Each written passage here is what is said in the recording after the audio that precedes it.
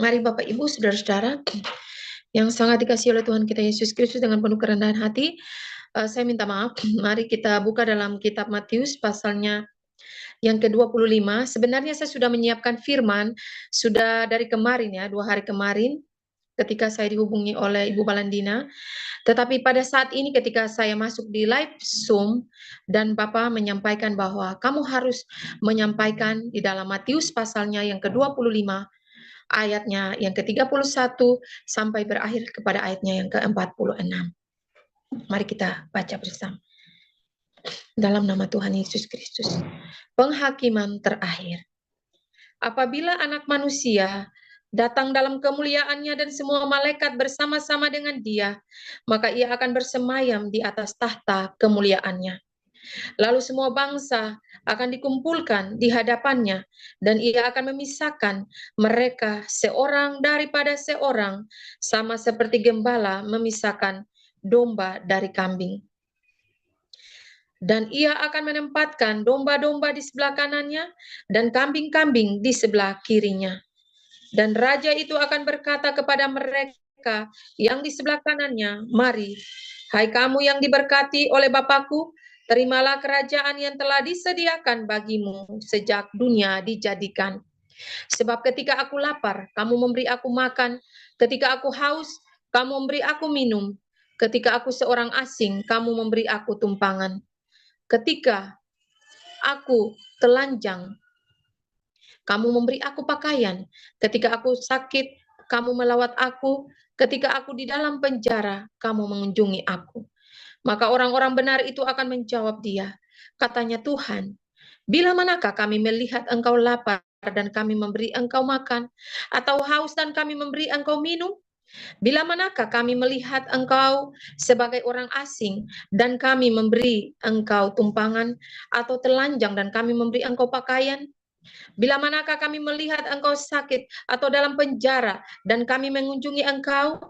Dan raja itu akan menjawab mereka, "Aku berkata kepadamu, sesungguhnya segala sesuatu yang kamu lakukan untuk salah seorang dari saudaraku yang paling hina ini, kamu telah melakukannya untuk aku." Dan ia akan berkata juga kepada mereka yang di sebelah kirinya, "Enyahlah dari hadapanku, hai kamu orang-orang terkutuk. Enyahlah ke dalam api yang kekal, yang telah sedia untuk iblis dan malaikat-malaikatnya. Sebab ketika aku lapar, kamu tidak memberi aku makan. Ketika aku haus, kamu tidak memberi aku minum. Ketika aku seorang asing, kamu tidak memberi aku tumpangan. Ketika aku telanjang, kamu tidak memberi aku pakaian. Ketika aku sakit dan dalam penjara, kamu tidak melawat aku." Lalu mereka pun akan menjawab dia, katanya, "Tuhan, bila mana kami melihat engkau lapar atau haus, atau sebagai orang asing, atau telanjang, atau sakit, atau dalam penjara, dan kami tidak melayani engkau?" Maka ia akan menjawab mereka, "Aku berkata kepadamu, sesungguhnya segala sesuatu yang tidak kamu lakukan untuk salah seorang dari yang paling hina ini, kamu tidak melakukannya juga untuk aku." Dan mereka ini akan masuk ke tempat siksaan yang kekal, tetapi orang benar ke dalam hidup yang kekal. Haleluya. Terpujilah Tuhan Yesus Kristus dengan firman-Nya. Berbahagialah setiap kita yang bukan hanya menjadi pendengar saja, tetapi mau menjadi pelaku-pelaku firman dalam kehidupan kita hari lepas hari. Pertama-tama salam hormat saya sampaikan kepada ketiga pribadi Roh Bapa Yahweh Payaman Lahago, Tuhan Yesus Kristus, Pangeran Ilahi, Jesus Christ, Pak Aditya Nugrahanto, Shalom Elohim. Salam hormat kepada mempelainya yang tercantik terelok, Roh Kudus, Roh Kebenaran, Malaikat Mary yang gagah perkasa. Salam hormat dan Shalom Elohim kepada kita sekalian, anak-anaknya di muka bumi ini. Ya, saya minta maaf ya Bapak Ibu, dengan penuh kerendahan hati, firman Tuhan ini mengajak kita saudara-saudara. Kita boleh lihat di dalam ayatnya yang pertama. Apabila Anak Manusia datang dalam kemuliaannya dan semua malaikat bersama-sama dengan Dia, maka Ia akan bersemayam di atas tahta kemuliaannya. Dan pada saat itu, dan sudah terjadi ya, apabila Anak Manusia datang dalam kemuliaannya dan semua malaikat bersama-sama dengan Dia di atas tahta kemuliaannya. Lalu semua bangsa akan dikumpulkan di hadapannya, dan Ia akan memisahkan mereka seorang daripada seorang, sama seperti gembala memisahkan domba dari kambing. Kita boleh melihat Bapak Ibu Saudara-saudara bahwa pada saat ini Tuhan Yesus sendiri yang sudah memisahkan antara kambing dan domba, antara ilalang dan gandum. Dan kita sudah ada di zaman itu. Dan sudah lewat ya zaman pemisahan itu sekarang. Dan ia akan menempatkan domba-domba di sebelah kanannya dan kambing-kambing di sebelah kirinya. Dan raja itu akan berkata kepada mereka yang di sebelah kanannya, "Mari, hai kamu yang diberkati oleh Bapakku, terimalah kerajaan yang telah disediakan bagimu sejak dunia dijadikan." Dikatakan di dalam ayatnya yang ke-35, sebab ketika aku lapar, kamu memberi aku makan. Ketika aku haus, kamu memberi aku minum. Ketika aku seorang asing, kamu memberi aku tumpangan. Dan ayatnya yang ke-36, ketika aku telanjang, kamu memberi aku pakaian. Ketika aku sakit, kamu melawat aku. Ketika aku di dalam penjara, kamu mengunjungi aku. Saudara-saudara yang sangat dikasihi oleh Tuhan kita Yesus Kristus, firman ini mengingatkan kita di mana penghakiman akhir zaman ini sedang terjadi. Dan penghakiman ini dimulai daripada rumah Tuhan sendiri. Dan Tuhan sendiri yang sudah datang memisahkan antara kambing dan domba. Di mana ia tempatkan kambing-kambing itu di sebelah kiri. Dan domba-domba itu di sebelah kanan. Karakter Kristus yang digambarkan di dalam Matius pasalnya yang ke-25 ini, begitu besarnya kasihnya dan lawatannya. Ia penuh dengan belas kasihan. Kita boleh melihat di ayatnya Lukas pasal 10 di situ dikatakan, Matius pasal 12 ayatnya yang ke-7. Yang ku kehendaki ialah belas kasihan dan bukan persembahan. Gambaran daripada Matius 25 menekankan kepada kita sekalian anak-anaknya pada saat ini, karakter Kristus Tuhan kita, ia penuh dengan belas kasihan terhadap orang-orang miskin, anak-anak yatim piatu, janda duda, orang-orang yang tidak dianggap oleh dunia ini. Ketika mempelainya, Roh Kudus, Roh kebenaran itu sedang menguji hati-hati kita dalam kesaksiannya 2 minggu yang lalu ya saudara, tentang meminta-minta. Di sana Roh Kudus berkata dan memberi pengertian kepada saya. Ketika saya orangnya, pada saat saya kekurangan, saya mengandalkan Tuhan. Tetapi ketika manusia jasmani saya sering sapa kepada sesama yang seroh begini. Dan Bapak ingatkan saya, katanya, mengapa? Karena di dalam kalian tidak ada lagi kasih. Tidak kujumpai kasih yang mula-mula itu. Tidak ada kasih, saudara. Saudara yang kekasih saya ini sebenarnya sudah menyiapkan firman-Nya yang saya katakan tadi. Tetapi Bapa sendiri yang berkata, saya harus membawa firman ini kepada kita sekalian. Dan karakter gambaran Tuhan Yesus itu, ia selalu ada dengan orang-orang yang lemah, orang-orang di jalanan, orang-orang yang tidak dianggap oleh dunia ini. Dan kita boleh lihat saudara-saudara, dan ia akan menempatkan domba-domba. Ia yang menempatkan domba-dombanya. Ia adalah gembala, gembala yang agung itu. Gembala yang sebenarnya, bukan gembala yang buas, bukan gembala dunia ini yang mengatasnamakan diri-diri mereka pelayan Tuhan, sedangkan mereka merampok habis-habisan domba-domba gembalaan mereka. Bahkan mereka menjadikan mereka sembelihan dan korban bakaran untuk si ular tua itu dalam cairan binatang yang ada dalam botol itu. Dan mereka bangga pula dan mereka bermegah pula. Mereka berpikir bahwa ketika mereka melayani Tuhan, mereka dari pagi siang malam mereka melayani pekerjaan Tuhan, maka itu sudah cukup. Saudara-saudara yang sangat dikasihi oleh Tuhan kita Yesus Kristus, Tuhan menghendaki bukanlah seperti itu. Tetapi kehidupan kita persembahkan. Sebab ia itu penuh dengan belas kasihan. Kita mau duduk diam di kakinya, mendengar suaranya, maka kita akan tahu apa yang dikehendaki oleh Tuhan kita Yesus Kristus. Sehingga mereka tidak lagi peduli dengan orang-orang miskin. Mereka melayani tetapi memandang muka. Kalau engkau tidak punya apa-apa, yang mereka pikir-pikir dulu untuk melayani engkau. yaitu dunia dan realita yang terjadi pada zaman ini. Realita yang terjadi kepada kita saat ini ya. Mereka membiarkan domba-domba itu tersesat. Mereka membiarkan domba-domba itu hilang harapan. Dan karena mereka mengembalakan diri mereka sendiri, bukan lagi domba-domba itu.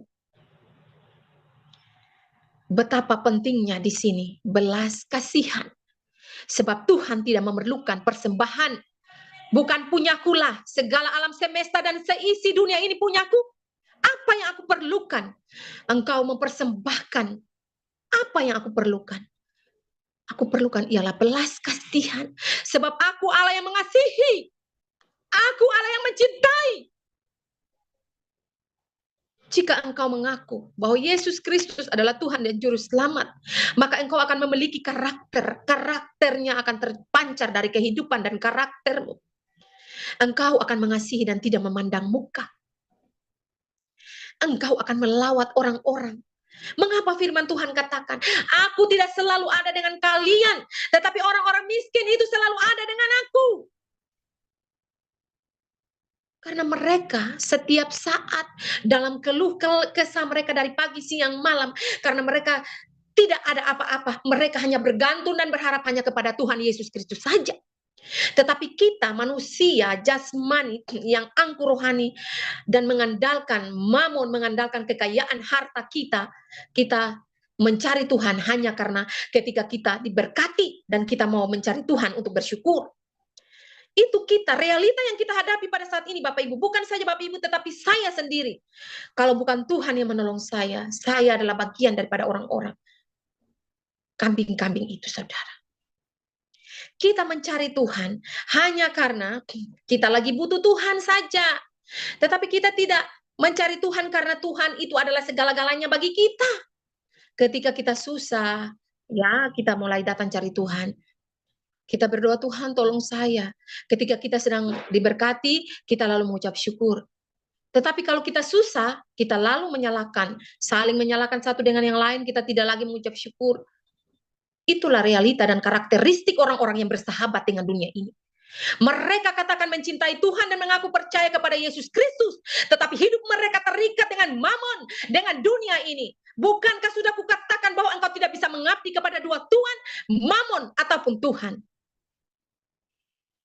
Dan pada saat ini, domba-dombaku digiring untuk beribadah, tetapi lalu bekerja, sehingga mereka tidak sadar bahwa mereka sedang digiring untuk mengabdi kepada dua Tuhan. Saudara-saudara yang sangat dikasihi oleh Tuhan kita Yesus Kristus, jangan sampai kita, saya dan saudara-saudara, ketika hari-hari terakhir ini Bapak katakan, nyala engkau si pembuat kejahatan, aku tidak mengenal engkau. Karena ketika aku lapar, engkau tidak memberi aku makan. Bapak selalu hadir dengan orang-orang kumuh itu, orang-orang yang kotor, yang berbau busuk. Supaya apa? Menguji hati kita, karena ia itu penuh kasih tanpa batas. Bukan seperti kita ketika saudara kita melakukan kesalahan satu kali, dua kali, kita sudah pasti kita akan melabrak dia. Saudara kita datang minta tolong satu kali, dua kali, tiga kali, kita mulai jadi kumpulan pencemooh. Dia ini begini, begini, dan begitu. Belajarlah daripada Tuhan Yesus Kristus. Belajarlah daripada Yesus Kristus itu, saudara. Ia memiliki cinta yang murni, yang tulus, yang tidak munafik, yang hanya mencari pujian manusia. Apa gunanya kalau engkau dipuji manusia? Maka upah yang engkau dapat adalah nol. Karena engkau sudah dipuji, sudah menerima upahmu. Di dunia ini engkau telah dipuja-puji sebagai raja, sebagai orang-orang yang baik. Tetapi nilai yang kau dapat tidak ada di surga. Saudara-saudara, kita boleh lihat di ayatnya, lanjut ayatnya yang ke-37. Maka orang-orang benar itu akan menjawab dia, katanya, Tuhan, bila manakah kami melihat engkau lapar dan kami memberi engkau makan, atau haus dan kami memberi engkau minum? Bila manakah kami melihat engkau sebagai orang asing dan kami memberi engkau tumpangan, atau telanjang dan kami memberi engkau pakaian? Bila manakah kami melihat engkau sakit atau dalam penjara dan kami mengunjungi engkau? firman ini katakan, maka orang-orang benar, saudara, ini tergenapi atas kehidupan kita. Yang menganggap bahwa kita telah benar, kita telah lahir baru, kita telah wow, kita ini tidak memiliki tanda dajjal dan kita sudah wow di hadapan Tuhan, maka satu saja yang kurang. Tidak bisa, saudara. Iman, kita beriman. Iman, ya imanmu yang menyelamatkan engkau. Dan engkau tetap berpengharapan menantikan waktu di mana Tuhan akan menyampaikan dan menyatakan kemuliaannya itu. Tetapi kalau engkau tidak memiliki kasih, ya itu tidak berguna, saudara. Sebab ketiga-tiganya harus berjalan selaras. Kalau engkau memiliki iman, tapi engkau tidak memiliki kasih, sama saja bohong. Iman tanpa perbuatan adalah mati.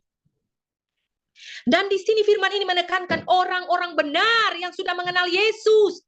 Yang dari sejak lahir sudah tahu Yesus adalah Tuhan dan Juru Selamat mereka. Tetapi pada hari-hari terakhir di penghakiman, Tuhan akan berkata, aku tidak mengenal engkau.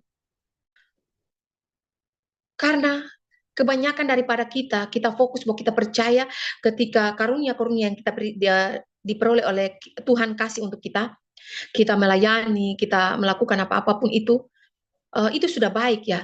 Waktu kita apapun itu. Lalu kita tidak lagi ya sekarang ini ya kita sudah ada di zaman akhir dan kita mulai melihat kasih itu hilang.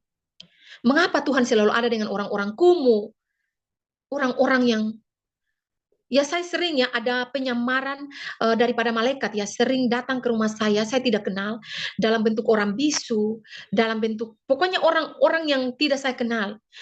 Kenapa?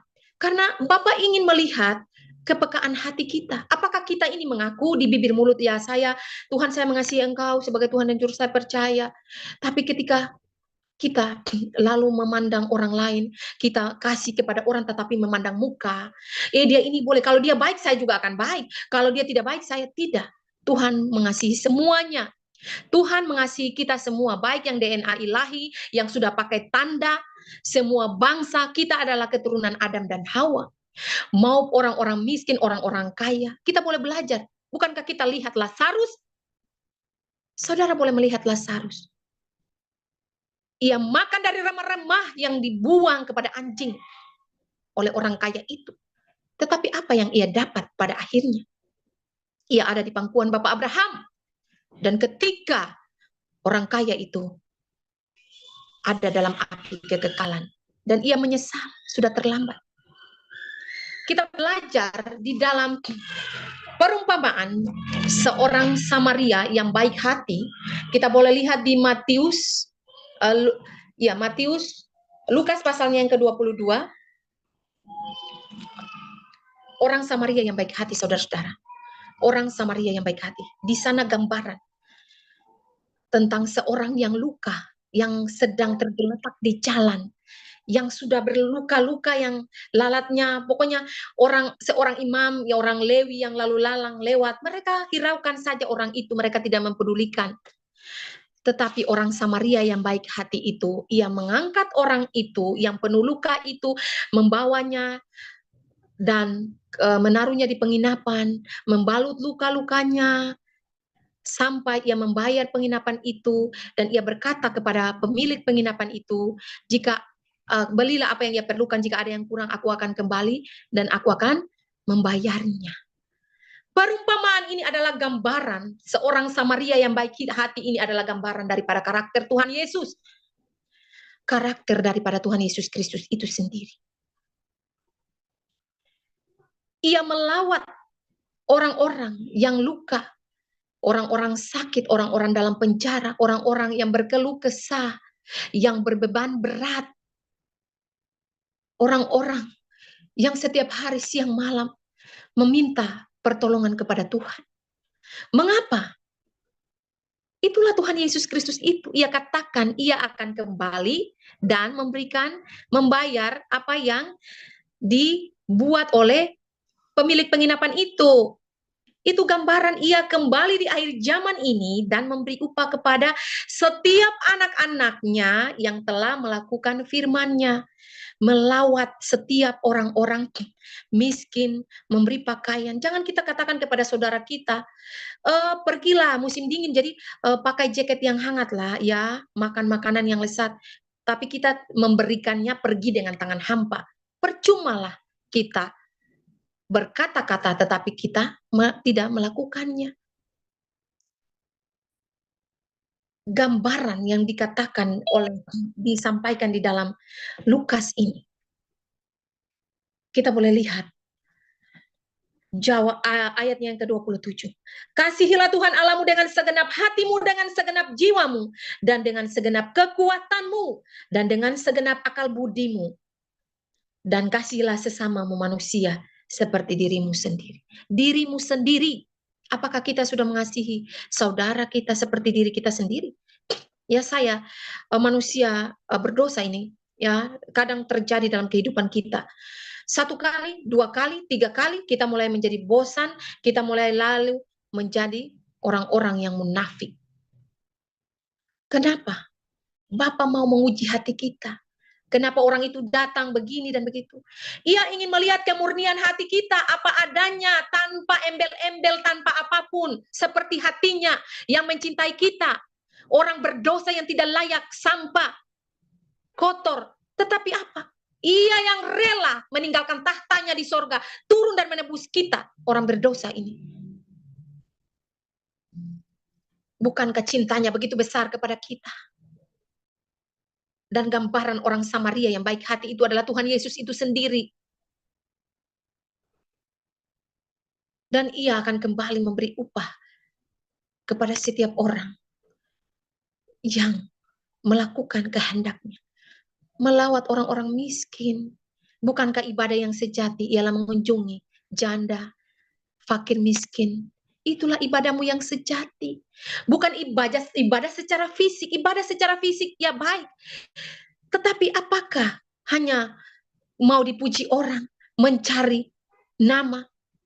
Tetapi Tuhan mau ibadah yang sejati ialah persembahkan tubuhmu dan engkau mengunjungi janda, anak yatim piatu, orang-orang yang tidak dianggap oleh dunia ini. Saudara-saudara yang kekasih dalam Tuhan kita Yesus Kristus, ada kita boleh dikatakan bahwa kita adalah anak-anak Tuhan, gambaran daripada tubuh Kristus. Tubuh kita adalah satu tubuh Kristus, berbeda-beda anggota, tetapi satu tubuh. Jikalau tanganku sakit, maka kepalaku juga akan merasa dampaknya. Semua badanku akan merasa dampak dari tanganku yang sakit, atau kakiku yang sakit, atau gigiku yang sakit. Begitu pula anak-anak Tuhan yang menyebut dirinya adalah persekutuan tubuh Kristus, maka ketika yang satu lemah, yang lain juga akan merasa lemah. Ketika yang satu itu bersuka cita, mereka juga akan bersuka cita bersama-sama. Itulah gambaran daripada anak-anak Yesus Kristus yang tidak ada kemunafikan di dalam hatinya, tetapi memiliki kemurnian cinta. Mengapa Tuhan menggambarkan orang-orang miskin, orang-orang yang bau busuk, orang-orang yang terlantar di jalanan? Karena ia ada dengan mereka. Hatinya itu tulus. Ia tidak memandang fisik kita. Ia tidak memandang paras kita, kekayaan kita. Tetapi ia melihat hati. Hati yang penuh kerendahan. Orang-orang miskin itu mereka selalu rendah hati. Mereka berkeluh kesah dalam setiap proses kehidupan mereka. Mereka tetap berdoa dan memohon permohonan kepada Tuhan. Tetapi kita, iblis menipu kita. Iblis membuat kita sibuk dengan dunia, sibuk dengan popularitas, mencari nama, kekayaan, sehingga apa? Kita mencari Tuhan kebanyakan hanya pada saat ibadah minggu. Tetapi lalu hari Senin sampai Sabtu kebanyakan kita bekerja. Oh ya, waktunya bekerja sudah selesai pada saat ini. Bekerja yang sebenarnya ialah memberi buah, melakukan firman Tuhan.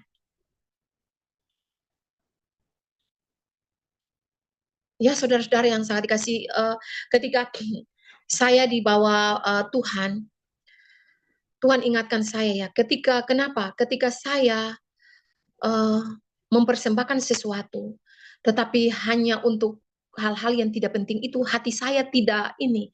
Tetapi ketika saya mengunjungi orang janda, orang-orang yang ada yang tidak dianggap oleh Tuhan, itu Roh Kudus bekerja, sukacita itu tidak tahu ya, luar biasa ya Bapak Ibu. Tuhan ada dengan mereka. Kenapa Tuhan katakan ia tidak selalu ada dengan kita? Ya karena kita saja lebih percaya kepada diri kita lebih percaya kepada mamon-mamon kita, harta kita, ya pasti. Ya saya mengalaminya dulu. Kalau kita punya gaji setiap bulan ya pasti kita berharap kepada mamon ya. Bukankah kita sedang menduakan Tuhan? Tetapi orang-orang miskin itu mereka tidak punya apa-apa. Mereka hari ini makan, mereka pikir besok makan apa.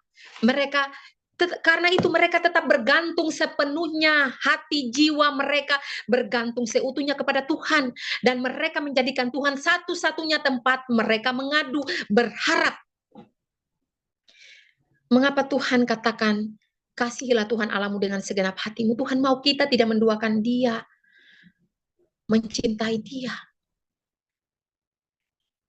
Kita boleh lihat di ayatnya yang ke-40. Dan raja itu akan menjawab mereka, aku berkata kepadamu, sesungguhnya segala sesuatu yang kamu lakukan untuk salah seorang dari saudaraku yang paling hina ini, kamu telah melakukannya untuk aku. Bukankah di dalam firman dikatakan, berilah tumpangan karena tanpa disadari banyak dari kita melayani malaikat? Ya, orang-orang dari langit, malaikat-malaikat, roh-roh yang dari langit itu turun untuk menguji setiap hati manusia. Makanya saya katakan, saya sering ada orang-orang yang saya tidak kenal, ada oma-oma yang datang, ada orang-orang bisu, ada pokoknya orang-orang yang saya tidak kenal. Itu Bapa mengizinkan mereka untuk menguji kita. Apakah kita punya belas kasihan, kerendahan hati untuk mengasihi sesama? Tidak memandang muka. Sebab yang dunia berikan ini, ketika engkau mengasihi, mereka juga mengasihi. Tetapi ketika engkau tidak mengasihi, engkau down, mereka meninggalkan engkau. Itu kasih yang pura-pura, kasih yang munafik, yang dunia berikan kepada kita selama ini. Sehingga kebiasaan-kebiasaan itu, kita tanamkan dalam kehidupan kita. Kalau bukan Tuhan yang menolong kita, kita adalah orang-orang yang tergolong dalam kambing-kambing itu. Ya saudara yang sangat dikasihi oleh Tuhan kita Yesus Kristus. Salah seorang yang paling hina ini, kamu melakukannya untuk aku. Orang benar itu bingung kan? Dan mereka berpikir bahwa ketika mereka melayani, berkhotbah, melayani Tuhan dari pagi siang malam, pergi ke semua ibadah, dan itu mereka sudah melayani Tuhan. Tapi mereka tidak lalu memandang sebelah mata orang-orang yang terpinggirkan itu. Dan ia akan berkata kepada mereka yang di sebelah kirinya, enyahlah dari hadapanku, hai kamu orang-orang terkutuk, enyahlah dalam api yang kekal, yang telah sedia untuk iblis dan malaikat-malaikatnya. Sebab ketika aku lapar, kamu tidak memberi aku makan, dan ketika aku haus, kamu tidak memberi aku minum. Ketika aku seorang asing, kamu tidak memberi aku tumpangan. Ketika aku telanjang, kamu tidak memberi aku pakaian. Ketika aku sakit dan dalam penjara, kamu tidak melawat aku. Lalu mereka pun akan menjawab dia, katanya, Tuhan, bila manakah kami melihat engkau lapar atau haus, atau sebagai orang asing atau telanjang, atau sakit, atau dalam penjara, dan kami tidak melayani engkau? Ini gambaran-gambaran daripada orang-orang benar, orang-orang yang terdahulu, yang akan menjadi orang-orang yang terakhir. Orang-orang yang terkemudian itu yang menjadi orang-orang yang terakhir. Yang awal-awalnya percaya, yang di belakang-belakangnya mereka akan murtad. Karena apa? Mereka melayani diri mereka sendiri. Mereka berpikir bahwa melayani ialah melayani pekerjaan Tuhan. Mereka melayani jemaat, ya itu pekerjaan Tuhan. Tetapi yang Tuhan inginkan ialah isi hatinya, mengenal karakter pribadinya seperti apa. Ia selalu ada dengan orang-orang miskin. Yang satu dilakukan, yang lain jangan diabaikan. Jadilah pelaku-pelaku firman. Saudara boleh melihat dan merasakan ketika saudara ada, terjun langsung dengan orang-orang, di orang-orang pengamen, orang-orang yang pokoknya tidak dianggap oleh dunia. Saudara akan merasa, wow. Saudara akan merasakan luar biasa. Roh Kudus ada di sana dengan mereka. luar biasa, saudara. Saudara akan merasakan sukacita yang luar biasa. Karena itu, berikanlah waktu untuk Tuhan, untuk orang-orang yang dipandang sebelah mata oleh dunia ini. Jangan sampai orang-orang dicampakkan dengan malaikat-malaikat. Kambing-kambing itu di mana mereka akan ditempatkan? Akan dilemparkan ke dalam lautan api dengan Lucifer, dengan malaikat-malaikatnya. Karena mereka berpikir, selama ini mereka sudah melayani, mereka sudah melakukan firman Tuhan. Tetapi apa yang mereka lakukan? Mereka mencari pujian manusia. Kalau mereka mencari pujian manusia dan mereka mengenyangkan diri mereka sendiri, maka otomatis itu akan terbakar. Apapun yang mereka lakukan di dunia ini akan terbakar, saudara.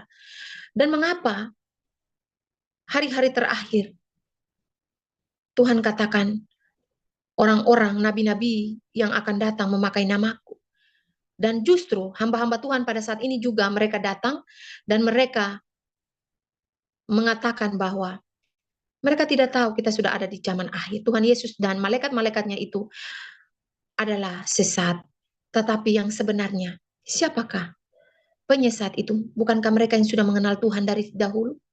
Dan terakhir ini, mereka sudah disesatkan dari dahulu. Bukan lagi Tuhan Yesus, bukan lagi karakter Kristus dan pribadi, tetapi lebih kepada roh agamawi yang diturunkan, sehingga yang mereka kejar adalah pujian daripada manusia. Ya saudara, kita juga merasakan itu. Kalau bukan Tuhan, kita merasakan orang yang paling munafik. Kita pergi ke gereja, ya kita pergi ke ibadah-ibadah. Tetapi habis itu kita menjadi kumpulan pencemooh dan kita tidak bisa melakukan apa-apa. Hanya karena Tuhan yang menolong kita ya Bapak Ibu, bukan karena perbuatan kita, bukan. Tapi karena Tuhan yang menolong kita. Bukankah gembala itu telah datang dan mengembalakan domba-dombanya? Ia sendiri yang memisahkan kambing di sebelah kiri dan domba di sebelah kanan. Dan domba-domba itu akan diberi makanan, dibawa di padang rumput yang hijau. Itukah janji Tuhan? Itulah janji Tuhan. Tuhan Yesus Kristus itu sudah ada bersama kita. Dan janjinya, kita akan bersama-sama dengannya di kerajaan 1000 tahun damai. Untuk memerintah bersama-sama dengan dia. Di manakah kita berada? Kita ada di domba-domba, atau kita ada di antara kambing-kambing itu? Kita ada di antara padi-padi yang berbuah, yang berisi padat, atau kita ada di padi-padi yang kosong, kita ada di ilalang-ilalang itu. Maka Tuhan akan berkata, bakar, enyahlah dia. Kita akan boleh lihat di ayatnya yang ke-45.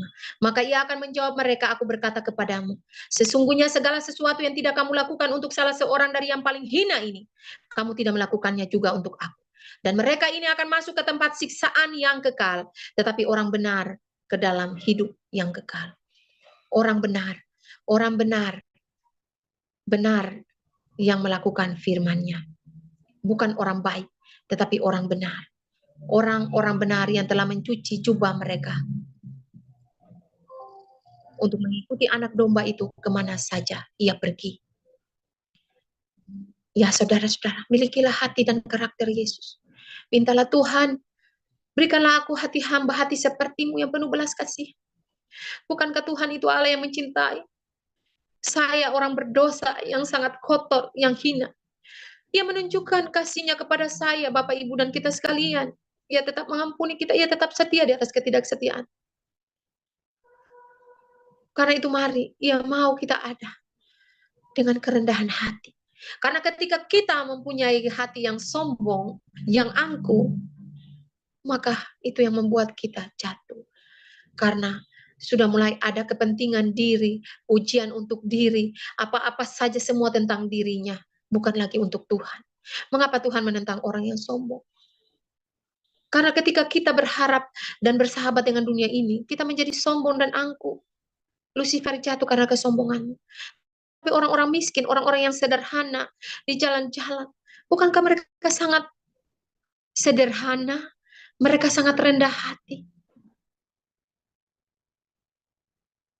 Bahkan mereka rela untuk memberikan daripada apa yang menjadi keperluan mereka, kecukupan mereka itu.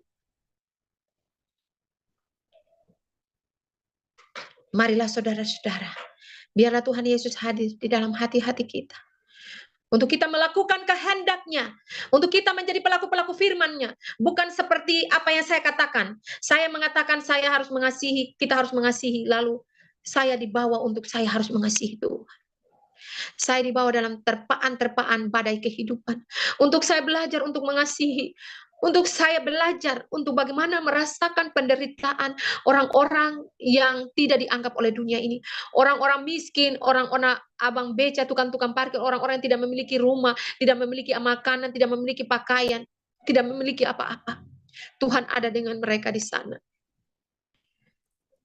Karena itu, marilah saudara-saudara yang kekasih dalam Tuhan kita Yesus Kristus, milikilah hati yang penuh dengan belas kasihan, kemurahan hati yang berasal daripada Bapa Surgawi itu sendiri. Tuhan Yesus Kristus itu sendiri. Jika kita adalah anak-anaknya, anak-anak, maka kita akan memancarkan karakter daripada Bapa kita.